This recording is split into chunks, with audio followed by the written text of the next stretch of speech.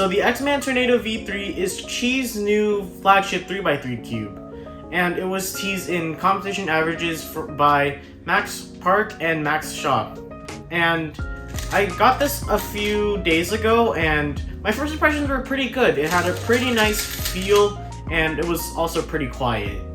And the corner cutting was, although it wasn't as great as the RS3M, was definitely better than the Tornado V2 that I've been hearing about. Even though I've never had one, I've heard about the corner cutting problem. But at least they fixed it. I got the flagship version because realistically, I didn't really feel the difference between a maglev cube and a normal cube. So like there was just pretty much no difference. I'm pretty sure it would make a difference between like on a GAN cube with like the longer core magnets for those ones, but you know what happened with the GAN 12 maglev and like the catching issues and stuff. But you know, maybe I can get the GAN 13 next, and I honestly would like to try that out because of the like the edge repulsion magnets. But whatever, that's not the point of the video. It's honestly pretty good. Out of the box, it had a papery, smooth kind of feel with medium strength, medium kind of strong magnets. That was a mouthful, and I don't think I explained it correctly. And when I set it up, it kind of feels really, really smooth. And it's also kind of quiet. Let's just do a sound comparison right now.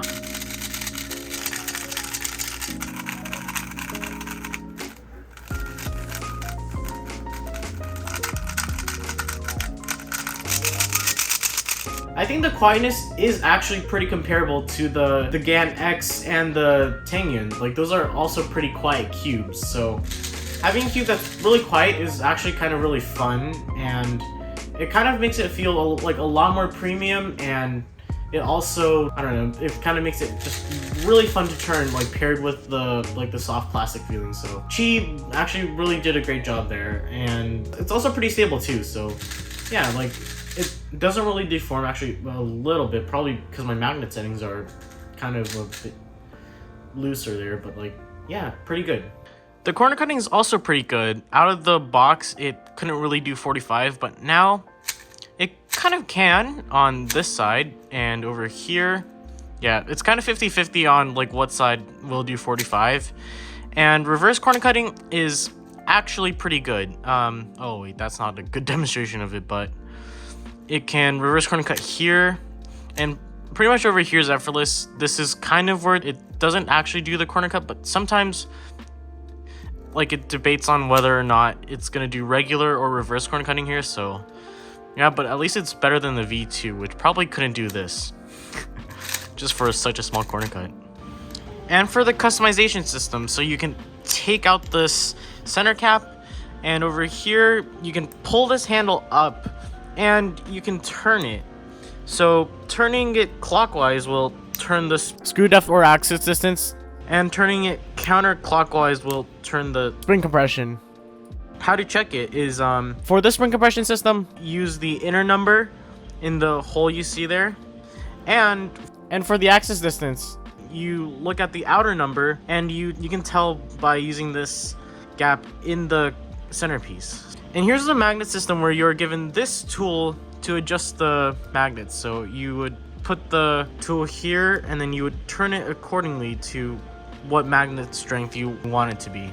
So I currently have it at the medium magnet strength because I feel like it's kind of pretty good for my turning style. I feel like the strong magnet ones are kind of like way too strong for me, so your mileage might vary on like what magnet settings you want it to be and like what type of things you like. But that's honestly the good thing about this cube, like you can customize it to the way you want it to be. So yeah, pretty good.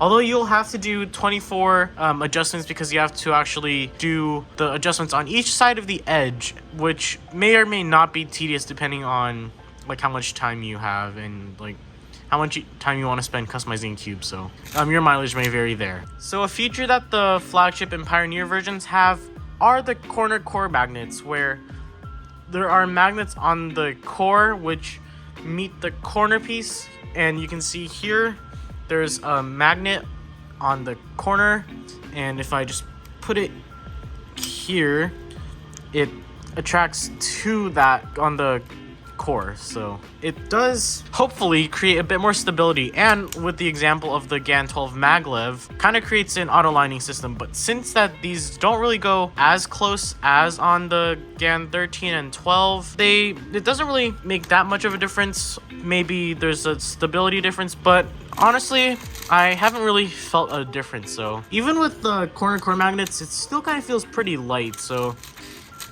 I don't really know the exact amount of like grams the corner core magnets add, but probably not that much, and like it's pretty light anyway. So what do I think about the cube after doing over 100 solves and testing at school? I like it.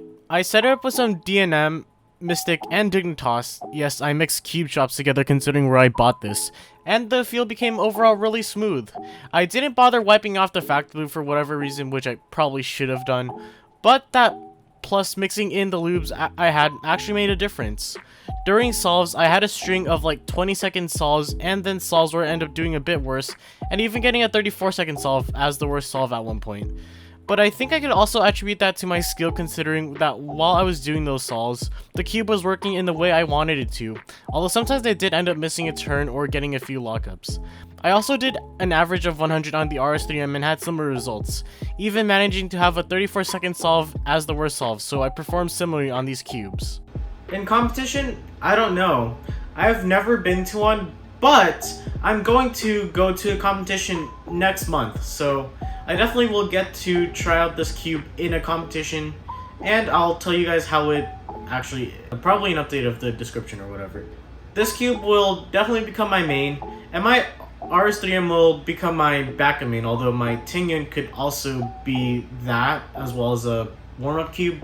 The smooth feeling, how light it is, and how quiet it is, actually makes it really fun to turn, and I honestly like really enjoy it, and I think I could also have like longer solving sessions without my hands getting tired from how heavy the RS3M is. Sometimes when I go back to the RS3M, I actually like mess up a bit when I actually do some solves on the RS3M, even though that this Tornado V3M is actually half a millimeter smaller. I think it's just the way that the turning is, like how far you have to turn. It kind of messes me up sometimes on the RS3M because I guess you have a little bit more like distance to make a turn, but I can definitely still solve pretty well on both cubes, so not really much of a problem. It's just something just funny I noticed. But yeah, it's a good cube, definitely an 8 out of 10 cube.